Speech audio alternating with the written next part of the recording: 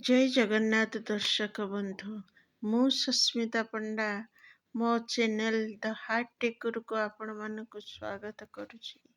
ଯଦି ମୋ ଲେଖାଟି ଆପଣଙ୍କୁ ପସନ୍ଦ ଆସେ ତେବେ ଲାଇକ୍ ସେୟାର ସବସ୍କ୍ରାଇବ କରତେ ଭୁଲିବେନି।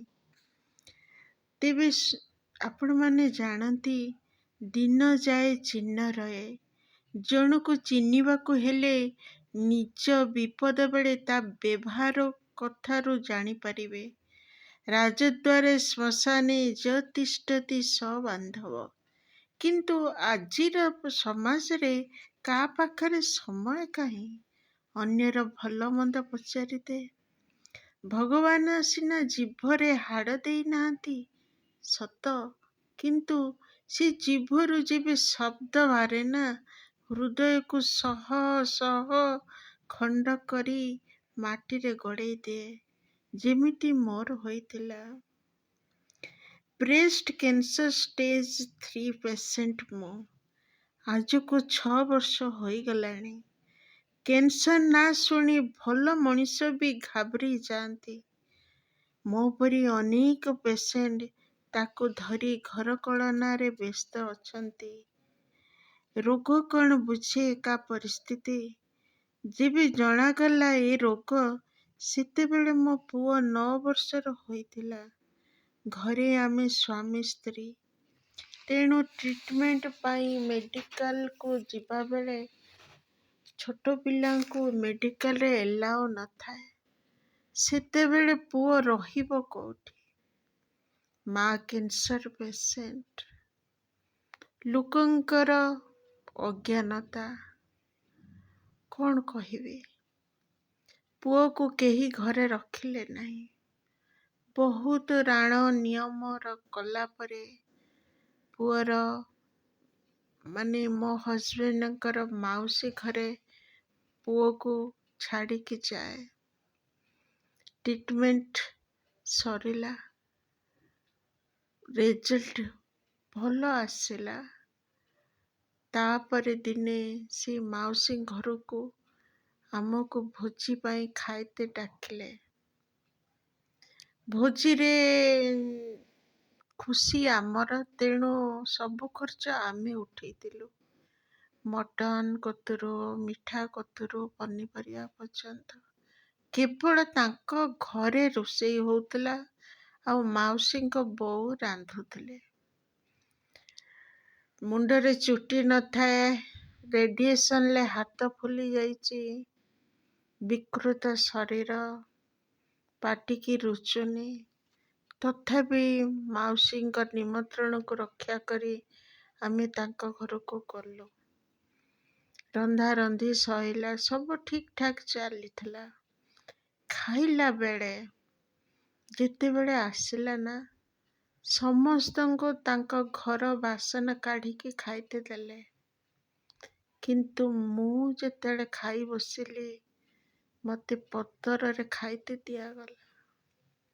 ଆଉ ସେ ପତର ମୁଁ ହିଁ ଉଠେଇକି ନେଇକି ବାହାରେ ଫୋପାଡ଼ିଲି। ଭାରି କାନ୍ଦ ମାରିଲା। କିଛି କହିଲିନି। କ'ଣ କରିବା? ପରିସ୍ଥିତି ପଡ଼ିଛି, କ'ଣ କରିବା? ସେତିକି ହେଲାନି।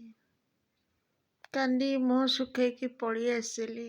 ପୁଅକୁ ଧରିକି, ପୁଅକୁ ରଖିଛନ୍ତି, ତାଙ୍କ ଋଣ ମୋ ଉପରେ ଅଛି। ମୋ ଟ୍ରିଟମେଣ୍ଟ ଆଜି ମୁଁ ହେଇପାରିଛି ତାଙ୍କରି ପାଇଁ। ତେଣୁ ତାଙ୍କୁ ଧନ୍ୟବାଦ, କୃତଜ୍ଞତା ଜଣେଇ ଶୁଭ ମନାସି ଘରକୁ ଫେରିଲି। କିନ୍ତୁ ହଠାତ୍ ଅନୁଭବ ହେଲା ଯେ କି ମୋ ଦେହରେ ରୋଗ ବୋଲି ଆଜି ମୁଁ ସମାଜରେ ବାସନ୍ଦ ହେଇଗଲି। କିନ୍ତୁ ମୋ ପରିବାର ଲୋକ ମୋତେ କେବେ ସେଭଳି ଅନୁଭବ କରେଇତେ ଦେଇନାହାନ୍ତି। ସେତିକି ମୋ ପାଇଁ ବରଦାନ। କିନ୍ତୁ କିଛି ଦିନ ଗଲା ପରେ ତାଙ୍କ ବୋଉକୁ ଥ୍ରୋଟ୍ କ୍ୟାନ୍ସର ହେଇଗଲା। ସେଇଠୁ ସେ ମାଉସୀଙ୍କର ଅନ୍ଧବିଶ୍ୱାସ ଏମିତି ଯେ ସିଏ ମୋତେ ଫୋନ୍ କରି ମୋତେ, ମୋ ହଜବେଣ୍ଡକୁ, ବିଶେଷ କରି ମୋତେ କହିଲେ ଯେ କି ତୋ ଦେହ ଖରାପ ମାନେ ତ ଗ୍ରହ ଖରାପ। ଆଉ ତ ଗ୍ରହ ଖରାପ ବେଳେ ମୁଁ ତତେ ଆଶ୍ରିତ ଦେଇଥିଲି ବୋଲି, ମୋ ଘରେ ତମମାନେ ଚଲାବୁଲା ରହା ଉଠା କରିଥିଲ ବୋଲି ତମ ଗ୍ରହ ଦଶା ଆମ ଉପରେ ପଡ଼ିଗଲା। ହୁଏତ ତାଙ୍କ କହିବା କଥା ମୋ ରୋଗ ତାଙ୍କୁ ଡେଇଁଗଲା। କ'ଣ କହିବି ଆଉ? ଯିଏ ଜାଣିଛି ସିଏ ବୁଝିଛି ଯେ କି କ୍ୟାନ୍ସର ଡିଆଁ ରୋଗ ନୁହଁ, କି କାହା ଗ୍ରହ କାହା ପାଖକୁ ଡେଇଁ ପଳେଇ ଯାଏ ନାହିଁ। କିନ୍ତୁ ମାଉସୀ ଅଳ୍ପ ଶିକ୍ଷିତା, ଏଣେ ତାଙ୍କ ଘରେ କ୍ୟାନ୍ସର ପେସେଣ୍ଟ ଭାରି ପଡ଼ିଲା। ଯେହେତୁ ମୁଁ ପେସେଣ୍ଟ, କ'ଣ କହିବି? କିଛି କହିବାର ନାହିଁ। କାନ୍ଦିଲି, ବହୁତ କାନ୍ଦିଲି, ଭଗବାନଙ୍କ ଉପରେ ବହୁତ କାନ୍ଦିଲି, ବହୁତ ଗାଳି ଦେଲି। କ'ଣ ପାଇଁ ପ୍ରଭୁ? କୋଉ ଜନ୍ମର ପାପ ଦଣ୍ଡ ଦେଲ? ସେ ଯୋଉ କଷ୍ଟ ଟ୍ରିଟମେଣ୍ଟକୁ କ୍ରସ୍ କରିକି ଆସିଲା ପରେ କିସ ଦେଖଉଛ? ଦର୍ଶକ ବନ୍ଧୁ, ଖଜୁରୀ ଗଛର କି ଗୁଣ ଗାଇବିଲୋ, ମୂଳରୁ ପାହାଚ ପାହାଚ। କ୍ୟାନ୍ସର ଅନେକ ପଦଚିହ୍ନ ଛାଡ଼ିଥିଲା। ଚୁଟି କେରାସିନା ଉଠିଗଲା ସତ, ହେଲେ ରେଡିଏସନ ପଡ଼ିବା ଯୋଗୁଁ ବାଁ ହାତଟା ଫୁଲିକି ରହିଥିଲା, ଯାହାକି ଅନେକ ବାଟ ଅବାଟରେ ଚାଲୁଥିବା ଲୋକମାନଙ୍କର ଦୃଷ୍ଟିଗୋଚର ହଉଥିଲା। ତମ ହାତ କାହିଁକି ଫୁଲିଛି? ଅନେକ କଇପତ, ଆଉ କହିତେ ବି ଇଚ୍ଛା ନାହିଁ ଯେ କି ମୁଁ, ଯିଏ କହିଲେ ଫାଇଲେରିଆ ହେଇଛି, ଓକେ, କ'ଣ ହେଇଛି, ହାତ ଭାଙ୍ଗିଛି, ହଁ, ମୁଁ କହିତେ ବି ଆଉ ଇଚ୍ଛା ହୁଏନି।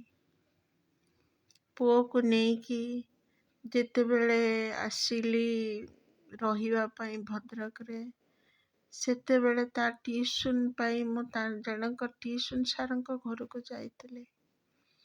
ଫୁଲ୍ ହାତ ବ୍ଲାଉଜ ପିନ୍ଧେ, କାଳେ ମୋ ହାତକୁ ଦେଖି କେହି କିଛି କହିବେ, ନହେଲେ ଚୁଡ଼ିଦାର ପଞ୍ଜାବୀ ପିନ୍ଧିଲେ ଫୁଲ୍ ହାତ ପିନ୍ଧେ, ହାତ ଯେପରି ଦେଖା ନଯିବ, କି ନ ଜାଣିପାରୁ ଯେ କି ମୋର କିଛି ଡିଜିଜ୍ ଅଛି ବୋଲି।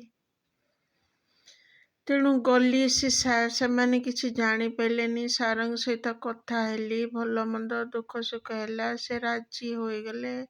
ତାଙ୍କ ସ୍ତ୍ରୀ ଆସିକି କପ୍ରେ ମୋତେ ଚାହା ଦେଲେ। ଭଲ ଗପସପ ତାଙ୍କ ସ୍ତ୍ରୀ ସହିତ ଚାଲିଲା, ବହୁତ ମେଳା ବି। ସେଇଠୁ ମୋ ହାତ ଟିକେ ଲକ୍ଷ୍ୟ କରିକି, ସ୍ତ୍ରୀ ଲୋକଙ୍କ ନଜର ତ ଛାଡ଼, ଆଉ କ'ଣ କହିବି, କହିଲେ ଆପଣଙ୍କ ହାତଟା ଟିକେ ଫୁଲିଛି ନା? ମୁଁ କହିଲି ହଁ ମ୍ୟାଡ଼ାମ୍, ମୋତେ କ୍ୟାନ୍ସର ପେସେଣ୍ଟ ତ, ବ୍ରେଷ୍ଟ କ୍ୟାନ୍ସର, ତେଣୁ ଏମିତି ହାତଟା ଫୁଲିଛି। ଆଉ ସିଏ ମାନେ ତାଙ୍କର ମୁହଁର ହାବ ଭାବ ବଦଳିଗଲା। ଆଉ ସିଏ ସେଭଳି ଖୁସିରେ ମୋ ସାଙ୍ଗରେ କଥା ହେଲେନି। ସେଇଠୁ ମୁଁ ଜାଣିପାରିଲି। ମୁଁ କହିଲି ହଉ ମ୍ୟାଡ଼ାମ୍, ମୁଁ ଯାଉଛି ଘରକୁ, ଆଉ ସାର୍ ତ ଟିଉସନ୍ କରିବେ, ଆଉ 1 ତାରିଖଠୁ ଆରମ୍ଭ କରିବା। ଆଉ ମୁଁ ଉଠିଲା ବେଳେ ମ୍ୟାଡ଼ାମ୍ କହିଲେ ମାଇଣ୍ଡ କରିବେନି, ଆପଣ କପ୍ଟାକୁ ଧୋଇ ଦେଇକି ଯାଆନ୍ତୁ। ମୁଁ ତାଙ୍କ ମୁହଁକୁ ଅନେଇଲି, ଧୋଇଦେଲି। ମୁଁ କହିଲି ସାବୁନ ଟିକେ ଅଛି ଯଦି ଦଉନାହାନ୍ତି, ମାଜି ଦେଇକି ଯାଆନ୍ତି। ସେ ସେଇଠୁ କହିଲେ ଖରାପ ଭାବିଲେ କି? କହିଲି ନା ନା, ଖରାପ ଭାବିବାର କ'ଣ ଅଛି, ନିଜ ବାସନ ନିଜେ ଧୋଇବାଟା ତ ଠିକ୍ କଥା ନା। ମୁଁ ଧୋଇ ଧାଇକି ପଳେଇ ଆସିଲି। ଆଉ କେବେ କାହାରି ଘରେ ମୁଁ କିଛି ଖାଏନି। ପର କଥା ବାଧେନି ଦର୍ଶକ ବିନ୍ଦୁ, ଆପଣମାନେ ଜାଣିଛନ୍ତି, ପର ଲୋକ କଥା କେବେ ବାଧେନି। ବାଧେ ତ ନିଜ ଲୋକଙ୍କର କଥା। ଯେବେ ଭଡ଼ା ନେଇ ଭଦ୍ରକରେ ରହିବା ଆରମ୍ଭ କଲି, ପାଖ ମୋର ବନ୍ଧୁବାନ୍ଧବ, ମୋ ରିଲେଟିଭ୍ଙ୍କ ସହିତ ବେଶୀ ମିଳାମିଶା, ତାଙ୍କ ଘରକୁ ଯିବା ଆସିବା ଚାଲିଲା। ସବୁବେଳେ ସେମାନେ ମୋତେ ଡାକିକି ଖାଇବାକୁ ଦିଅନ୍ତି। ମୋତେ ଋଣୀ ଭଳିଆ ଲାଗେ। ମୁଁ ସବୁବେଳେ ଯାଉଛି ତାଙ୍କ ଘରେ ଖାଇକି ଆସୁଛି, ମୁଁ କିଛି ଦେଇପାରୁନି। ଦିନେ ହଜବେଣ୍ଡକୁ କହିଲି ଭଲ ମାଛ ନେଇକି ଆସିବା ପାଇଁ। ସିଏ କ'ଣ କଲେ ନା ଏକାଥରେ 2 କେଜି ବାଲା ମାଛ, ଚିକେନ୍ ଦବାକୁ ପଡ଼ିବ, କାହିଁକିନା ଆମେ ସବୁବେଳେ ଖାଇଛୁ। ମାଛ, ଚିକେନ୍, ଚିଙ୍ଗୁଡ଼ି ସବୁ ନେଇକି ଆସିକି ପହଞ୍ଚାଏ। ମୁଁ ପୋଇ ପକେଇକି ଘାଣ୍ଟ କଲି, ମାଛ ଝୋଳ କଲି। ମୁଁ ଜାଣିଛି ଆମ୍ବ ସିଜନ୍, ମୋ ଭଉଣୀମାନେ ଯେଉଁମାନେ ଆସିଛନ୍ତି ତାଙ୍କ ଘରକୁ, ସେମାନେ ଆମ୍ବ ପକେଇକି ରାନ୍ଧିଲେ ବଢ଼ିଆ ଭଲ ପାଆନ୍ତି। ତେଣୁ ଭଉଣୀଙ୍କ ପସନ୍ଦରେ ଆମ୍ବୁଲ ପକେଇ ମାଛ ରାନ୍ଧିଲି। ତାପରେ ଚିକେନ୍ ରାନ୍ଧିଲି, ସବୁ ଟିଫିନ୍ରେ ପୂରେଇକି ନେଇକି ଦେଇକି ଆସିଲି ତାଙ୍କ ଘରେ। ଭଲରେ ଖୁସିରେ ସେମାନେ ମୋ ଟିଫିନ୍ଟିକି ନେଲେ। ମୋ ମନଟି ବି ଖୁସି। ସେମାନେ କହିଲେ ଯେ ଭଉଣୀମାନେ, ନାନୀ ଏଇଠି ଖାଇକି ଯାଉନ। ମୁଁ କହିଲି ନା, ନନା ଆସିଛନ୍ତି, ପୁଅ ଅଛି, ସବୁ ବସିକି ଆମେ ଖାଇବୁ, ଏଇଟା ତମର, ତମେ ବାଣ୍ଟିକି ଖାଇଦେବ। ସେଇଠୁ ଯିଏ ବାବା ଥିଲେ ସିଏ କହିଲେ ଯେ କି ମା ରାତିରେ ଆସିବ ଆମ ଘରକୁ, ଆମର ଗୋଟେ ଗେଟ୍ ଟୁଗେଦର୍ ପାର୍ଟି ଅଛି।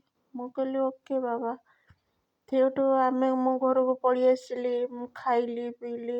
ସନ୍ଧ୍ୟାବେଳେ ପୁଅକୁ ନେଇକି ତାଙ୍କ ଘରେ ପହଞ୍ଚିଲି। ସବୁ ରୋଷେଇବାସ ସରିଲା, କିନ୍ତୁ ମୋ ଖାଇଲା ସମୟରେ ମୋରି ଟିଫିନ୍ଟା ଆଣିକି ଭଉଣୀମାନେ ମୋରି ଆଗରେ ରଖିଦେଲେ। କହିଲେ ନାନୀ ସରି, ବାପା ତ ସବୁ ଆଣିଥିଲେ, ଆମେ ତାକୁ ଖାଇଛୁ, ୟାକୁ ତୁ ଖାଇଦେ। ୟା ପୂର୍ବରୁ ସେ ଭଉଣୀର ଗୋଟେ ଗୁଲଗୁଲିଆ ଝିଅଟିଏ ହେଇଛି, ବହୁତ ସୁନ୍ଦରିଆ। ମୁଁ ତାର ବଡ଼ ମାଉସୀ। ତେଣୁ ମୁଁ ତାକୁ ଯେତେବେଳେ ହାତ ବଢ଼େଇଲି ଧରିବା ପାଇଁ ନା, ସେଇଠୁ ଭଉଣୀ କହିଲେ ନାନୀ ଡୋଣ୍ଟ ଟଚ୍। ତାପରେ ଏଇ ଘଟଣା ମୁଁ ବୁଝିବାକୁ ଆଉ ବାକି ରହିଲାନି। ମୁଁ କାନ୍ଦି ପାରିଲିନି। ମୋରି ଟିଫିନ୍ଟାକୁ ଖୋଲି ମୁଁ ହିଁ ଖାଇଲି, ମୋ ପୁଅ ଖାଇଲା। ତାକୁ ଯାହା ବି ଟିଫିନ୍ ଥିଲା ତାକୁ ବି ଧରିକି ଆମେ ଘରକୁ ଫେରିଲୁ। କ'ଣ କହୁଛନ୍ତି ଏଇ ସମାଜକୁ? ଖାଲି ବଡ଼ ବଡ଼ କଥା ଯେ ଲେଖା ହେଇଛି, ରୋଗକୁ ଘୃଣା କର, ରୋଗୀକୁ ନୁହେଁ। କିନ୍ତୁ ଏଇ ଯେଉଁ ଘାରେ ଚୂନ ମରାଯାଏ, ଏଇ ଯେଉଁ ଘାରେ ଚୂନ ମାରନ୍ତି, କ'ଣ ପୋଡ଼େ ସେଇଟା ଯାହା ଘାରେ ଚୂନ ମରା ହେଇଛି ସେଇ ଜାଣିଥିବ। ଦୁଃଖ ତ କେହି କାହାର ନେଇପାରିବେନି, କିନ୍ତୁ ଦୁଃଖ ଏତେ ଦିଅନି। ଯଦି କାହା ଦୁଃଖ ଦୂର କରିପାରିବନି, ତେବେ ତା ଦୁଃଖକୁ ବଢ଼ାଅନି। ଘାରେ ମଲମ ତ ଲଗେଇ ପାରିବନି, ତେବେ ଲୁଣ ଲଗେଇବାର ଅଧିକାର କିଏ ଦେଇଛି ତମକୁ? ଯଦି ମୁଁ ଘୃଣା କରିପାରେ, ତେବେ ସ୍ପଷ୍ଟ ଭାବରେ କହିଦେବା କଥା ଯେ କ'ଣ ସେଥିରେ ଲାଜ ମାଡ଼ିବ ଯେ କି ତୁ ଆମ ଘରକୁ ଆନି, ତୋତେ କ୍ୟାନ୍ସର ହେଇଛି, କି ତୁ ଆମକୁ ଛୁଉଁନି, କି ତୁ ଆମ ସହିତ ମିଶିନି, ଆମକୁ ରୋଗ ଡେଇଁ ପଡ଼ିବ। ନା, ଆମେ ସେମିତି କରନ୍ତିନି। ଆମେ ବ୍ୟବହାର ଦ୍ୱାରା ହିଁ ଲୋକକୁ ମାରନ୍ତି। ଏପଟରେ ମହାନ ହୁଅନ୍ତି, ସେପଟରେ ଗଳା କାଟି ଦିଅନ୍ତି। କିନ୍ତୁ ଭାବିବା ଦରକାର, ଏକା ମାଘ କି ଶୀତ ଯାଏନି। ମୁଁ ଯଦି ଅନ୍ୟମାନଙ୍କ ଘାରେ ଚୂନ ଦେଇ ପାରୁଛି, ମୋ ଘା ବି ଦିନେ ହେଇପାରେ। ଆଉ କେହି ଜଣେ ମୋ ଘାରେ ଚୂନ ନ ମାରନ୍ତୁ। କାହିଁକିନା ଏ ପୃଥିବୀରେ ମାଧ୍ୟାକର୍ଷଣ ବଳ ବହୁତ। ଯାହା ପକେଇବା ସେଇଟା ଫେରିବ। ସତର୍କ ରୁହନ୍ତୁ। ଜୟ ଜଗନ୍ନାଥ।